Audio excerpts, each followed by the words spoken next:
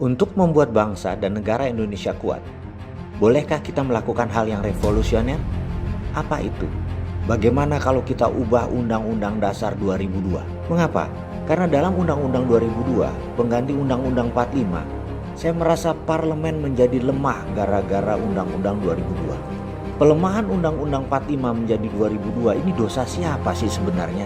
Asli, suatu hari anak cucu kita pasti menghujat siapa yang merubah Undang-Undang 45 menjadi Undang-Undang 2002 ya dengan sangat tidak hati-hati karena membuat parlemen Indonesia menjadi lemah.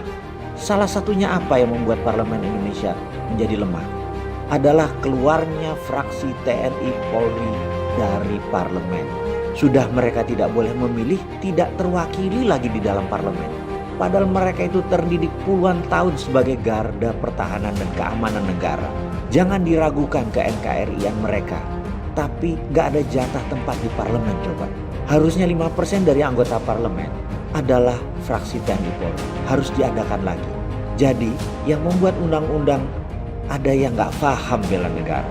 Bayangkan, sebagai tambahan lagi, calon anggota DPR dan anggota DPR itu seharusnya wajib ikut Lemhanas sebelum dilantik selama 6 bulan kalau perlu Lemhanasnya. Kalau dari catatan undang-undang, ada lebih 100 undang-undang yang saat ini merugikan bangsa Indonesia.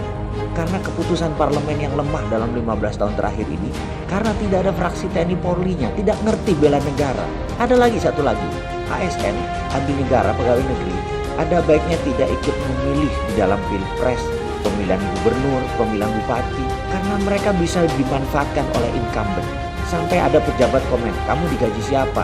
Misalnya memanfaatkan kesuperioritasannya pejabat daerah. Misalnya, kalau mereka tidak memilih, tetapi ada wakilnya di parlemen, baik di pusat atau di daerah, misalnya 5% suara, maka di situ menjadi akan banyak pihak yang diuntungkan.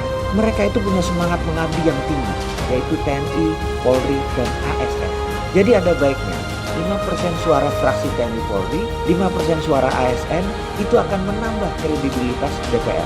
Parlemen menjadi solid dan semua pihak terwakili.